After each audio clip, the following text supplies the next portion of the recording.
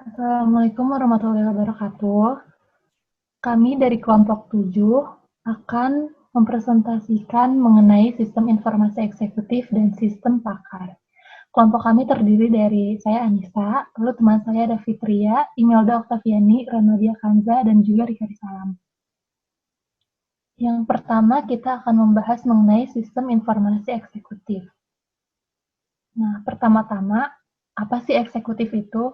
Nah, jadi eksekutif adalah orang yang bertanggung jawab pada lebih dari satu area fungsional. Eksekutif juga dapat diartikan sebagai orang yang menentukan kebijakan, terutama yang berhubungan dengan pihak luar. Menurut Kotter, fungsi eksekutif ini bertumpu pada 3 hal. Yang pertama, menetapkan agenda atau tujuan perusahaan. Yang kedua, membangun network klien. Dan yang ketiga, mengembangkan lingkungan perusahaan untuk mencapai tujuan tersebut. Maka, sistem informasi eksekutif atau SIE ini adalah sistem yang dibuat hanya untuk digunakan para eksekutif atau top level manajemen dalam sebuah organisasi atau perusahaan.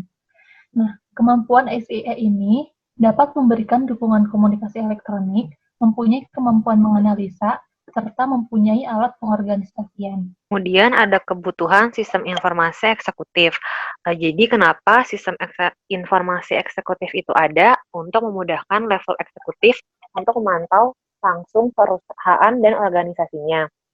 Kemudian untuk membantu menyejahterakan dan mengembangkan perusahaan atau organisasi menjadi lebih baik.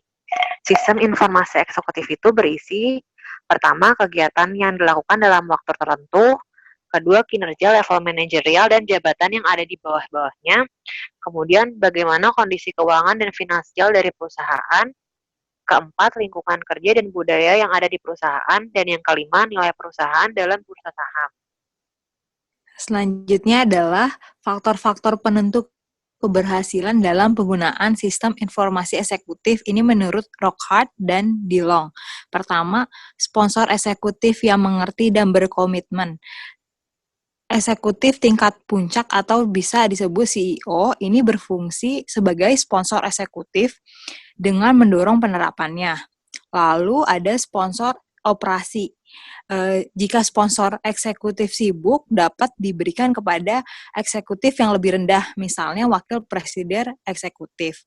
Sponsor operasi ini bekerja sama dengan eksekutif, pemakai, dan spesialis informasi untuk memastikan pekerjaan itu terlaksana. Lalu, staf jasa informasi yang sesuai. Jadi tidak saja mengerti teknologi informasi, tetapi juga mengerti cara eksekutif menggunakan sistem tersebut. Lalu, teknologi informasi yang sesuai.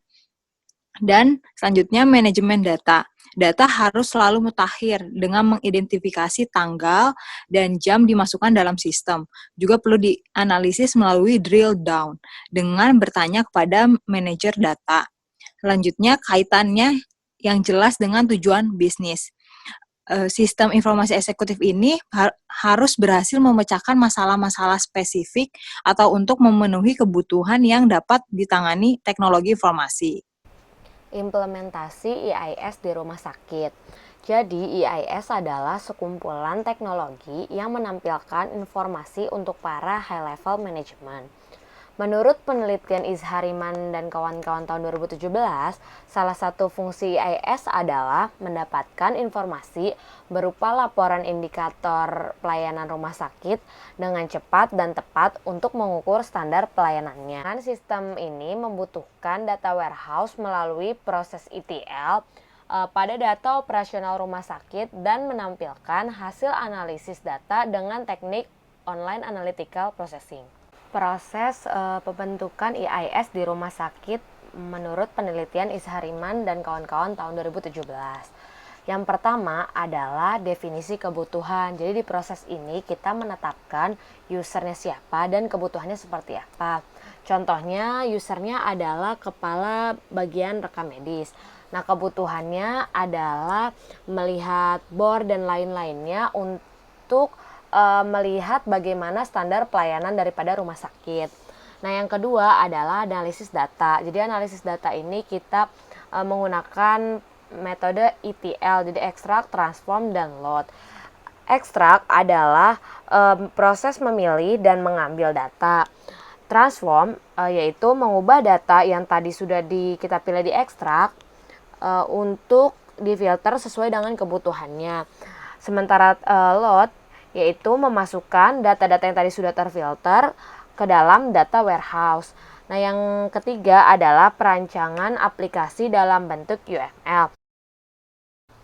UML membuat pengguna memahami terlebih dahulu kemampuan dari IIS dalam menampilkan informasi yang dibutuhkan. Nah, ini berikut contoh gambar UML dari standar pelayanan rumah sakit. Jadi di sini kita bisa melihat siapa usernya dan seperti apa output-output yang ingin dicapai dalam proses IIS ini. Tahap selanjutnya adalah perancangan data warehouse dan ETL. Jadi setelah kita melakukan UML, kita akan merancang data warehouse-nya yang berasal dari ETL tadi. Data ETL kan tadi berasal dari data operasional yang ada di rawat inap. Nah, ini contoh skema data warehouse-nya itu ada gimana keadaan pulang pasien, data-data pasiennya, ruang rawatnya seperti apa, dan waktunya. Nah, setelah kita merancang data warehouse-nya, kita akan melakukan konstruksi, yaitu proses pembangunan ETL dan pembangunan aplikasi di IIS.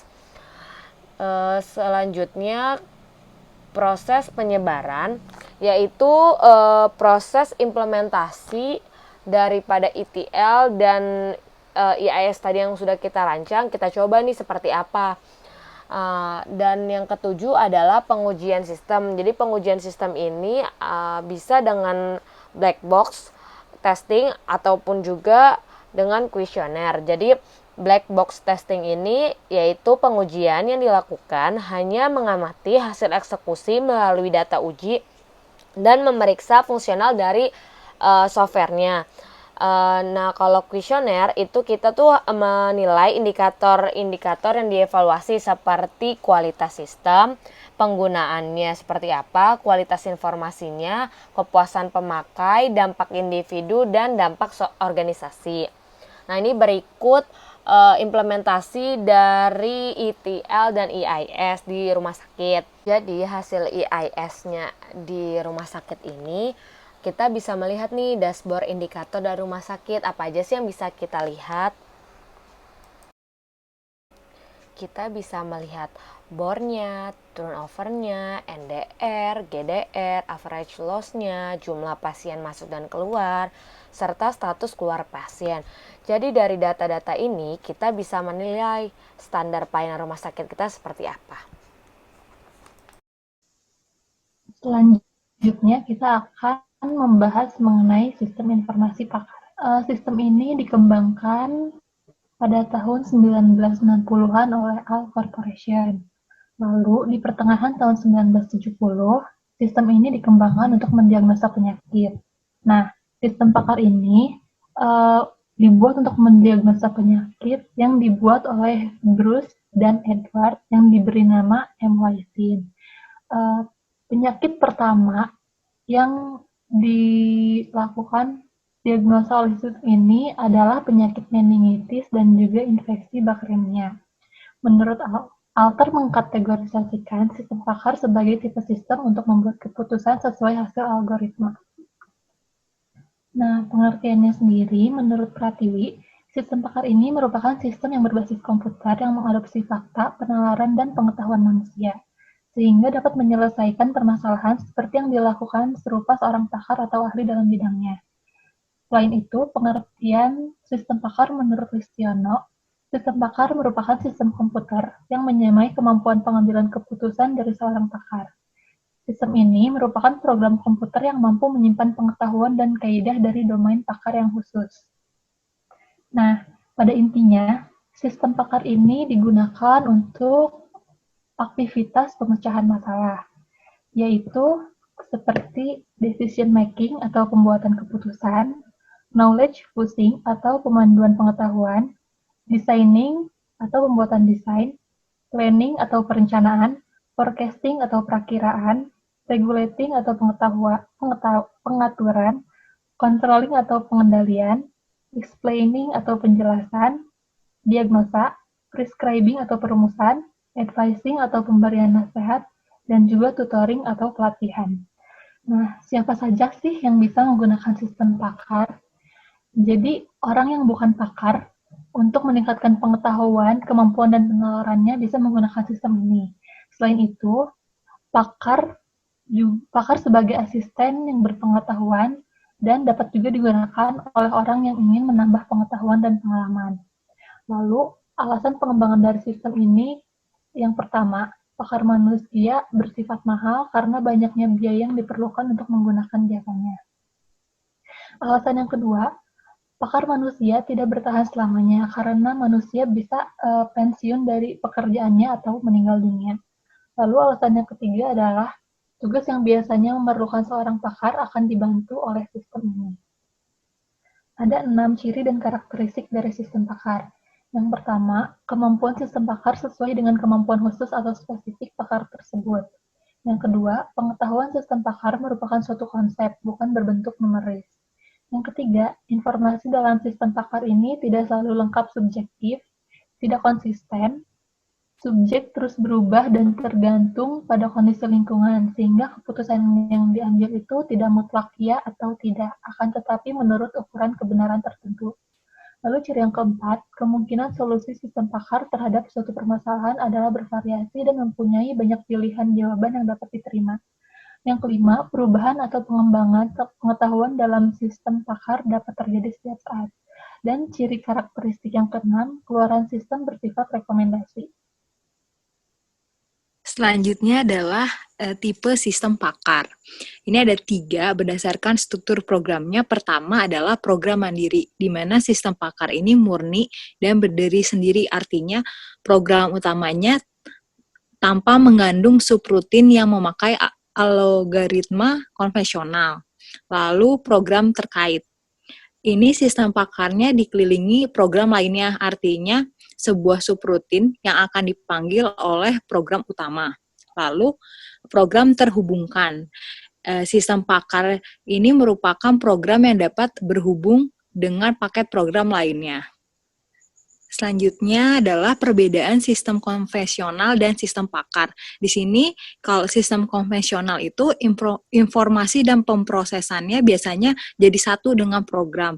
Tapi kalau sistem pakar, basis pengetahuan merupakan bagian terpisah dari mekanisme inferensi.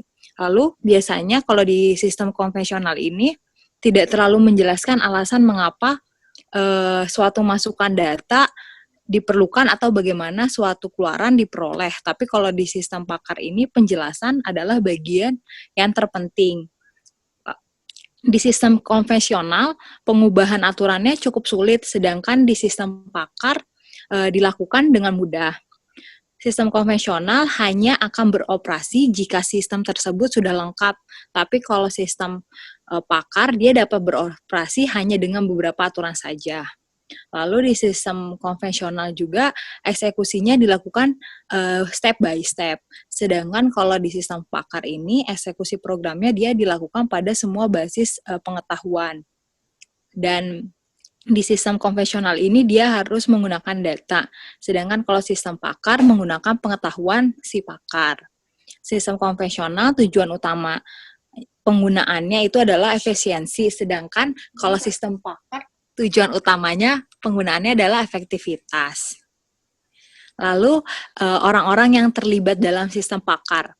Jadi untuk membangun dan mengembangkan sistem pakar ini diperlukan orang-orang yang terlibat, yaitu domain expert, merupakan seorang ahli yang dapat menyelesaikan masalah yang sedang diusahakan untuk dipecahkan oleh sistem. Lalu ada knowledge engineer, itu seorang yang menerjemahkan dan mempresentasikan pengetahuan seorang pakar dalam bentuk deklaratif, sehingga dapat digunakan oleh sistem pakar. Yang ketiga ada sistem engineer, yaitu seorang yang membuat antar muka pengguna, merancang bentuk basis pengetahuan secara deklaratif, dan mengimplementasikan mesin inferensi. Yang terakhir adalah user, adalah seseorang yang berkonsultasi dengan sistem untuk mendapatkan saran yang disediakan oleh pakar. Selanjutnya, masalah yang dapat diselesaikan.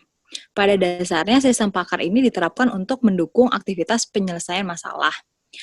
Masalahnya seperti interpretasi, yaitu membuat kesimpulan dari sekumpulan data yang belum diolah, biasanya didapatkan dari hasil observasi, termasuk pengenalan ucapan, analisis citra, analisis wajah, interpretasi sinyal, dan sebagainya. Yang kedua, bisa prediksi dengan memproyeksikan hal-hal yang dapat diakibatkan dan dimungkinkan terjadi dalam situasi tertentu. Contohnya prediksi demografi, prediksi ekonomi, prediksi kesehatan, dan lain-lainnya.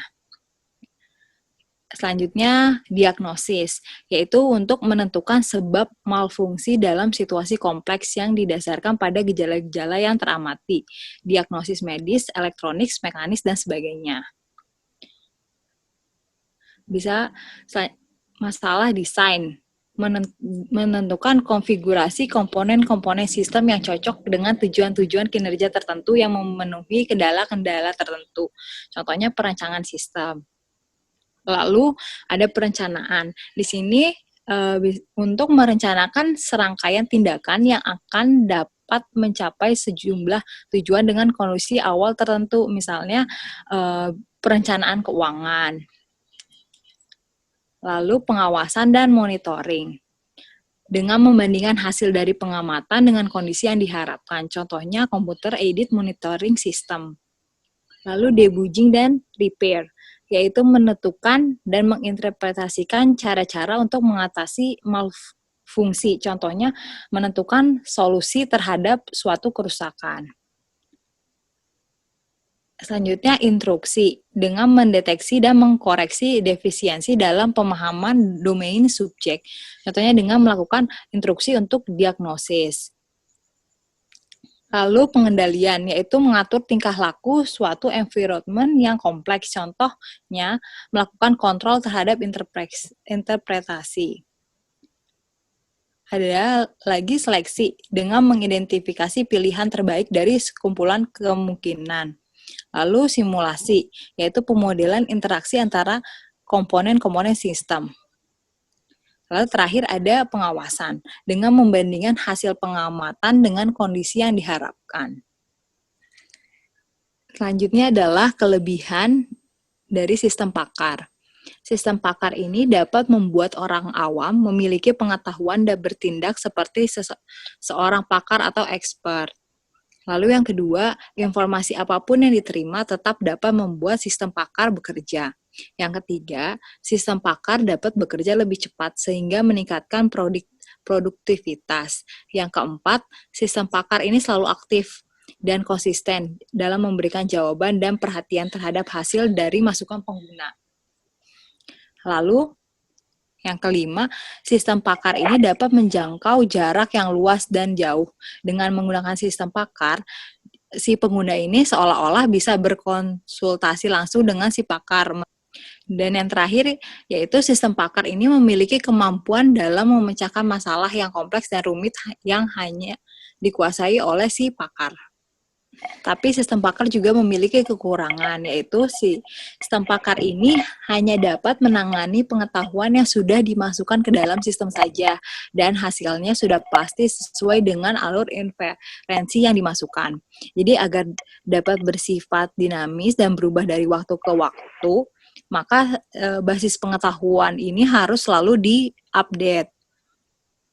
Sistem pakar juga hanya menangani hal yang bersifat pasti berupa saran atau rekomendasi, bukan bersifat keputusan. Dan format basis pengetahuan ini bersifat terbatas dan berisi aturan-aturan yang ditulis dalam bentuk pertanyaan. Selanjutnya ada struktur sistem pakar. Di sini elemennya itu ada basis pengetahuan dan memori kerja yang akan dimasukkan ke mesin intervensi. Dari mesin intervensi itu akan dibagi menjadi fasilitas penjelasan dan akuisisi pengetahuan. Kemudian hasil dari keduanya itu akan dijadikan tampilan kepada pengguna atau usernya. Yang pertama atau ada basis pengetahuan atau knowledge base. Di sini pengetahuan untuk memahami formulasi dan penyelesaian masalah dari pakar. Di sini berfungsi menyimpan pengetahuan dari pakar berupa rule atau aturan. Kemudian memuat fakta yang menjelaskan area masalah dan bagaimana teknik menerangkan masalah yang ada fakta-faktanya. Di sini terdapat dua elemen, yaitu fakta dan aturan. Fakta itu adalah situasi, kondisi, dan masalah yang ada, sedangkan aturan adalah bagaimana mengarahkan penggunaan pengetahuan dalam memecahkan masalah. Yang kedua, ada mesin intervensi interferensi atau inference engine. Mesin yang memberikan kemampuan penalaran untuk menginterpretasikan isi dari knowledge base. Di sini adalah mencocokkan yang ada di dalam basis pengetahuan dan fakta yang ada dari basis data. Mesin ini terdiri dari dua jenis, yaitu penalaran maju yang secara evaluasi aturan proses penalaran berlangsung, dan penalaran mundur, yaitu mengikuti alur logika yang telah disusun. Kemudian ada memori kerja atau working memory. Di sini menyimpan fakta yang dihasilkan mesin intervensi dan dikenal sebagai pusat data. Kemudian fasilitas penjelasan atau explanation facility menyediakan penjelasan dari solusi yang dihasilkan kepada pengguna. Kemudian ada akuisisi pengetahuan atau knowledge acquisition facility. Di sini proses pengumpulan, pemindahan, dan perubahan dari kemampuan pemecahan masalah ke program komputer. Yang terakhir ada tampilan pengguna atau user interface. Di sini bagaimana menunjukkan bagaimana cara berkomunikasi antara sistem dengan penggunanya. Kemudian ada tahap perkembangan sistem pakar. Tahap yang pertama adalah penilaian, jadi menentukan permasalahan yang akan dianalisis. Jadi dari sistem pakar ini harus dicari dulu masalah apa yang harus dianalisinya. Kedua, koleksi pengetahuan, mengumpulkan aturan dari pengetahuan, dan hasil ini di sini tuh isinya hasil dari identifikasi masalah di penilaian. Ketiga, ada perencanaan, yaitu merencanakan sistem serta menulis spesifikasi yang detail tentang apa aja yang akan dibuat. Yang keempat, ada pengujian, itu mengembangkan hasil perencanaan dengan kondisi yang diharapkan dan diperlukannya evaluasi. Yang terakhir ada dokumentasi, yaitu membuat kesimpulan dari hasil tes atau evaluasi sistem dari proses pengujian tadi. Selanjutnya yaitu implementasi dari penggunaan sistem pakar ini. Nah, ini kami mengambil dari salah satu jurnal yang mana milik dari Krisna Ramadan tentang penerapan sistem pakar untuk mendiagnosa penyakit pada kehamilan. Nah, aplikasi sistem pakar ini menghasilkan keluaran berupa kemungkinan penyakit kehamilan yang diderita berdasarkan gejala yang dirasakan oleh user. Sistem ini menggunakan metode penelusuran ke depan atau forward chaining untuk menemukan solusi atau kemungkinan penyakit yang diderita. Nah, dalam penyusunannya, sistem pakar mengkombinasikan kaidah-kaidah penarikan kesimpulan atau inference rule dengan basis pengetahuan tertentu yang diberikan oleh satu atau lebih pakar dalam bidang tertentu. Nah, kombinasi kedua hal tersebut disimpan dalam komputer yang selanjutnya digunakan dalam proses pengambilan keputusan untuk menyelesaikan masalah dan memberikan informasi kepada pasien mengenai jenis penyakit kehamilan yang diderita oleh pasien.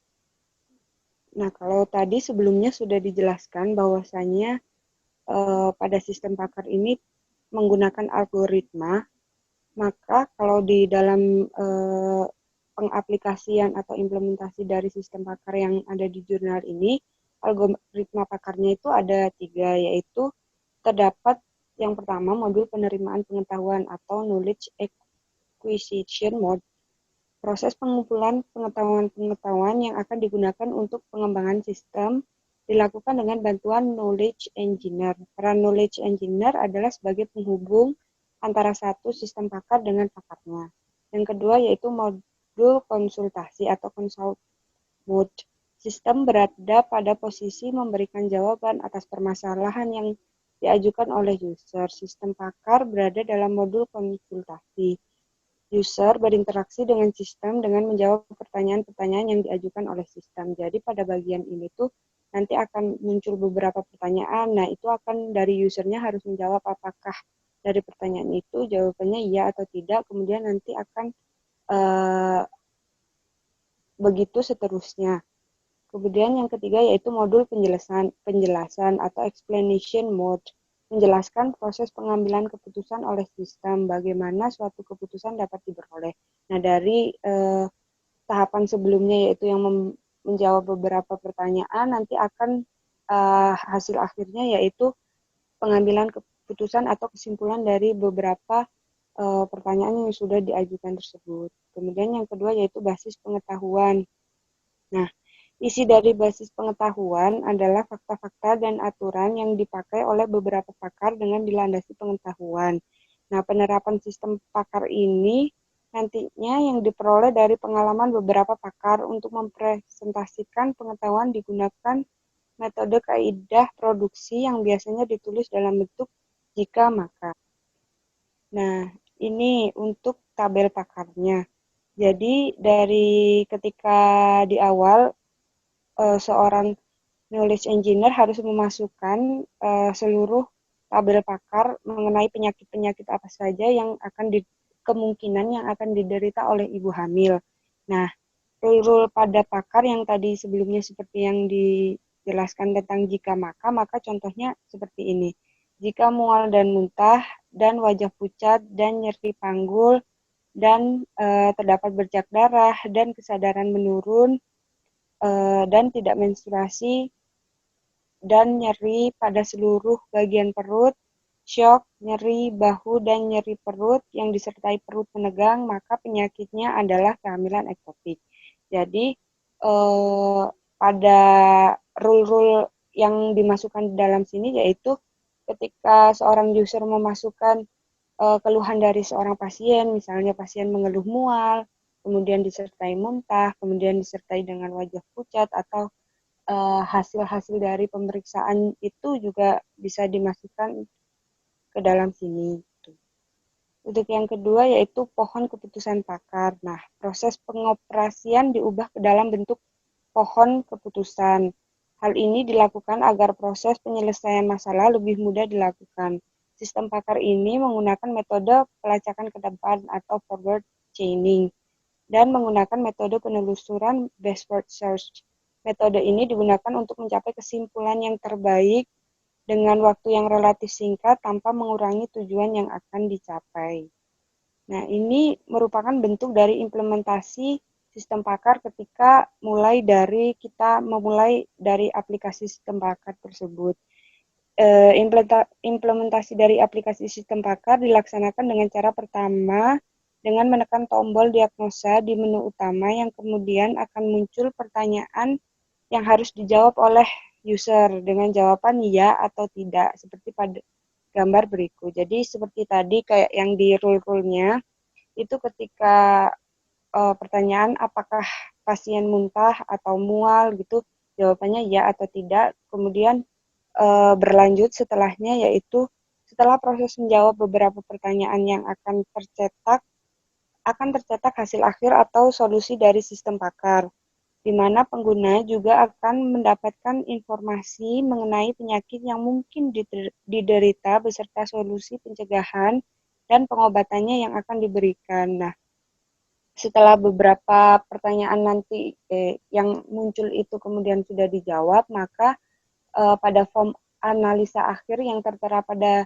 gambar di bawah ini memperlihatkan rincian dari seluruh pertanyaan yang dijawab oleh seorang user secara rinci sehingga kesimpulan dan solusi itu bisa diberikan. Nah, ini bentuknya dapat seperti ini. Jadi dari beberapa pertanyaan mengenai tanda-tanda pasien yang dialami oleh pasien, kemudian akan muncul hasil diagnosanya penyakit yang mungkin diderita yaitu preeklamsi, kemudian solusi apa yang diberikan yang sudah dimasukkan atau diinput oleh